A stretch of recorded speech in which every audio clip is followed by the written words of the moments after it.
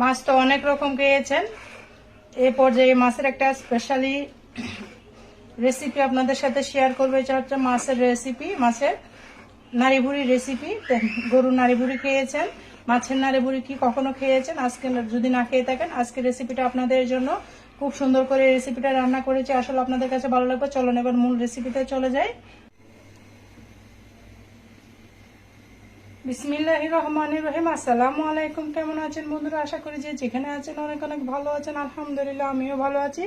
আজকে আরেকটা নতুন রেসিপি নিয়ে আপনাদের মাঝে হাজির হয়েছি। দেখে বুঝতে পেরেছেন আমি আজকে কি রান্না করব। যারা চিনেন না তাদের জন্য আমি বলে দিচ্ছি, এটা হচ্ছে রুই মাছের নাড়িভুড়ি। অবশ্যই অনেকজন পছন্দ করে, অনেকজন ইগনোর করে। যারা পছন্দ করে এই রেসিপিটা তাদের জন্য বন্ধুরা। আর দেশ ও দেশের বাইরে যে বন্ধুরা আমার ভিডিওটা দেখতেছেন সবাইকে অসংখ্য অসংখ্য ধন্যবাদ, অনেক অনেক ভালোবাসা। সবার জন্য শুভকামনা ও দোয়া রইল।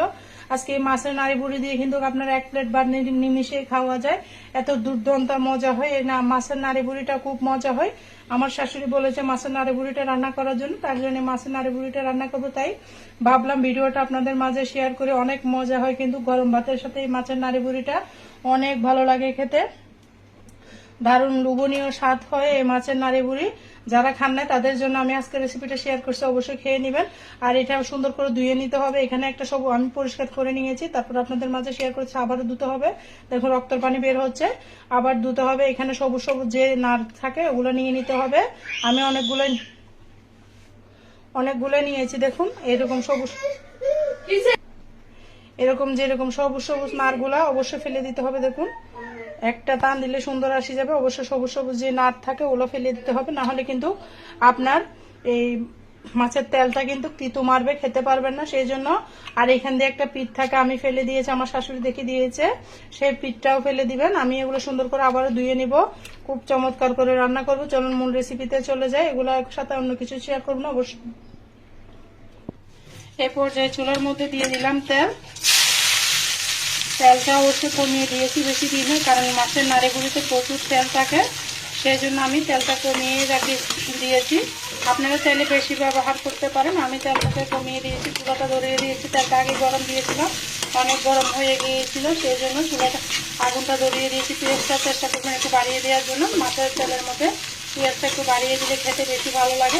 পেঁয়াজটা আমি কিন্তু একদম ব্রাউন কালার করবো না, হালকা ভাজি করবো, যেন কাঁচা গন্ধটা চলে যায়। সেইভাবে পেঁয়াজটাকে আমি বেছে নেবো, যেন একটু আস্তে আস্তে থাকে। দেখুন আমি পেঁয়াজটাকে আর ভাজি করবো না, আর একটু শুধু হালকা করে ভেজেছি। আর মাঝে মাঝে আমার মেয়েটা একটু চিৎকার দিয়ে উঠে বললো, ছোটো মানুষ সবাই ক্ষমার দৃষ্টিতে দেখবে। ও ছোটো মানুষ বোঝানো, 2 বছরের বাচ্চা, মাঝে মাঝে ওর আওয়াজ আসে, ডিস্টার্ব হয়ে যায়, সেই জন্য সবাই ক্ষমার দৃষ্টিতে দেখবেন। এখানে আমি জিরা দিয়েছি হালকা করে, আধা চামচ থেকে কম, 1 চামচ মরিচের গুঁড়া, 1 চামচ হলুদের গুঁড়া দিয়ে আর লবণ স্বাদ মতো দিয়ে মশলাটাকে ভালো মতো কষিয়ে নেবে। এত মজা হয়, বিশেষ করে আমি তেমন পছন্দ করি না, আমার শাশুড়ি কিন্তু এই জিনিসটা মাছের তেলটা বা মাছের আঁচটা অনেক পছন্দ করে। সবসময় রান্না করা হয় কিন্তু শেয়ার করা হয় না, তাই ভাবলাম আজকে আমাদের বন্ধুদের মাঝে শেয়ার করে দিয়ে রেসিপিটা। আশা করি আপনাদের কাছে অনেক অনেক ভালো লাগবে। দেখুন আমি মশলাটাকে ভালো মতো কষিয়ে নিচ্ছি। ভালো মতো মশলা কষিয়ে নিলে কিন্তু মাছের তেলটা হয়তো বেশি সময় লাগবে না, মশলাটা ভালো মতো কষিয়ে নিতে হবে, আর না হলে কিন্তু মশলার গন্ধ লাগবে, খেতে ভালো লাগবে না। আর বন্ধুরা যারা এখনো পর্যন্ত আমার চ্যানেলটা সাবস্ক্রাইব করেন না, নতুন ভিজিট করে তো অবশ্যই চ্যানেলটা সাবস্ক্রাইব করে বেল আইকনটি অন করে দিবেন, যেন আমি ভিডিও দেওয়ার সাথে সাথে নোটিফিকেশনটা আপনাদের মাঝে পৌঁছে যায়। আর যারা এই কাজটি করে দিয়েছেন সবাইকে অসংখ্য অসংখ্য ধন্যবাদ, অনেক অনেক ভালোবাসা। সবার জন্য শুভকামনা ও দোয়া রইল। আর বন্ধুরা যারা এখনো পর্যন্ত একটু লাইক দিতে ভুলে গিয়েছেন, অবশ্যই লাইক দিয়ে ভিডিওটা কন্টিনিউ করার অনুরোধ রইল। আর যারা লাইকটা দিয়ে দিয়েছেন সবাইকে অসংখ্য ধন্যবাদ, অনেক অনেক ভালোবাসা। সবার জন্য শুভকামনা ও দোয়া রইল। এরপর যে আমার মশলাটা কষানো হয়ে গেছে, দেখুন তেলটা ছেড়ে দিয়েছে পাতিল থেকে। দেখুন এভাবে তেল যখন ছেড়ে দিবে মনে করবেন একদম পারফেক্টভাবে আপনার মশলাটা কষানো হয়ে গিয়েছে। আমার মশলাটা কষানো হয়ে গেছে, এরপর আমি মাছের তেলগুলো ফেলে দিব। দেখুন আমি আবারও ভালো মতো ধুয়ে নিয়ে আসছি পরিষ্কার করে। একদম মাছের ভালো মতো ধুতে হবে, না হলে কিন্তু গন্ধ লাগবে। বন্ধুরা আমি বারবার বলতেছি এই রেসিপিটা আপনার ভালো করে পরিষ্কার করে ধুয়ে নিতে হবে।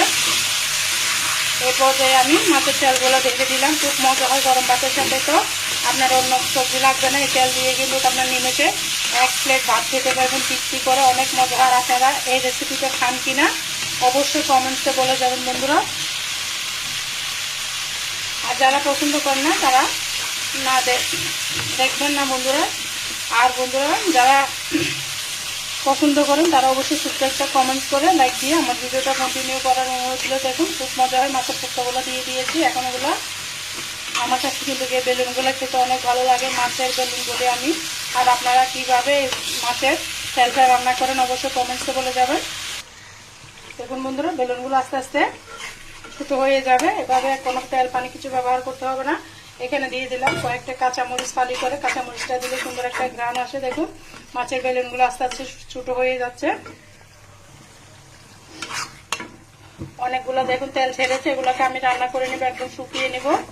দুর্দান্ত মজা হয় এই মাছের তেল রেসিপিটা, অবশ্যই একবার হলে বাসায় ট্রাই করবেন। একটুও দিতে হয় না বন্ধুরা, আমি চেটে দেখেছি। আপনারা অবশ্যই সবুজ সবুজ যে আঁশগুলো থাকে ওগুলো ফেলে দিবেন, আর একটা বড় পিঠ থাকে সবুজ অংশের সেটা ফেলে দিবেন, একটুও দিতে হবে না। খেতে কিন্তু দারুণ লাগবে, ওগুলো না ফেললে কিন্তু এই মাছের তেলটা খেতে পারবেন না, অনেক কিছু লাগবে। সেই জন্য অবশ্যই মাছের তেলটা ফেলে দিবেন, পিঠটা ফেলে দিবেন। খুব মজা হয় এই রেসিপিটা। আর আপনারা কিভাবে রান্না করেন অবশ্যই আমার কমেন্টসে বলে যাবেন। আমি তো অনেকবার রান্না করেছি, তবে এগুলো আমার আম্মারা খায় না, চট্টগ্রামের মানুষ এগুলো খায় না, আমার শ্বশুরবাড়িতে খাই। আমার জায় থেকে এগুলো শিখেছি, আমার শাশুড়িও করে বলে যে খাও, মজা আছে। রান্না করে খাচ্ছি, ভালো লাগতেছে। আমি আগে কিন্তু খেতাম না, শ্বশুরবাড়িতে আসি কিন্তু এই মাছের তেল খাওয়াটা শিখেছি, আমার জায় থেকে শিখেছিলাম। ভালো লাগে খেতে। অন্যান্য ডিস্ট্রিক্টে খাই, চট্টগ্রামের মানুষরা কিন্তু এটা পছন্দ করে না খেতে। দেখুন খুব সুন্দর একটা কালার এসেছে, মাশাআল্লাহ আলহামদুলিল্লাহ। খেতে ভীষণ ভালো লাগবে, গরম ভাতের সাথে জাস্ট ওয়াও লাগবে, আর কিচ্ছু লাগবে না। খেতে দুর্দান্ত মজা হয় এই রেসিপিটা, অবশ্যই বাসায় একবার হলো ট্রাই করবেন বন্ধুরা। আর যারা যদি ভিডিওটা দেখতে দেখতে কোথাও ভালো লাগে আমার ভিডিওটা অবশ্যই প্রিয় বন্ধুদের কাছে শেয়ার করে দিবেন। আর যারা লাইক দিয়েছেন সবাইকে অসংখ্য ধন্যবাদ। আর যারা আমার চ্যানেলটিকে সাবস্ক্রাইব করে আমার পাশে আসেন সকল বন্ধুকে অনেক অনেক ভালোবাসা, অনেক অনেক দোয়া রইল। সবার মনের আশা আল্লাহ যেন পূরণ করে বন্ধুরা, আমার মনের আশাও যেন পূরণ করে সেই দোয়াই করবেন। খুব মজা হয় গরম ভাতের সাথে, খেতে ভীষণ ভালো লাগে।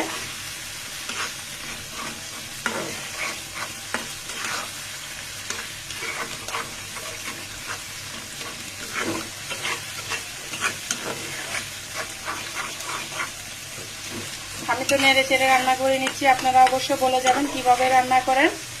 আমি আমার মতো করে দেখাই, এগুলো কিন্তু আমাদের বাড়ি থেকে শিখিনি, আমার শ্বশুর বাড়িতে আসি কিন্তু এই রান্নাটা শিখেছি। অনেক ভালো লাগে খেতে।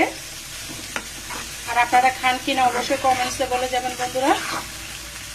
দেখুন আমি চুলার আগুনটা কমিয়ে রেখেছি, এখন বাড়িয়ে দিব। বাড়িয়ে তেলটাকে সুন্দর করে একদম হয়ে গেছে, আমার তেলটা একদম পারফেক্টভাবে রান্না হয়ে গিয়েছে। বন্ধুরা কেমন হয়েছে আমার নাড়ে বুড়িটা অবশ্যই কমেন্টসে বলে যাবেন। দেখছেন জাস্ট ওয়াও, একবার হলো আপনারা এভাবে ট্রাই করবেন, অনেক সহজ। রাঁধতে কিন্তু 10 মিনিট সময় লাগবে, আপনাদের বেশিক্ষণ সময় লাগবে না। এভাবে গরম ভাতের সাথে কিন্তু খেতে দারুণ লাগবে, দুর্দান্ত স্বাদের এই রেসিপিটা একবার হলো বাসায় ট্রাই করবেন। আজকের মতো আমি এখানে বিদায় নিচ্ছি। এতক্ষণ পর্যন্ত যারা আমার ভিডিও জুড়ে ছিলেন সবাইকে অসংখ্য অসংখ্য ধন্যবাদ, অনেক অনেক ভালোবাসা। সবার জন্য শুভকামনা ও দোয়া রইল। আল্লাহ হাফেজ, আসসালামু আলাইকুম।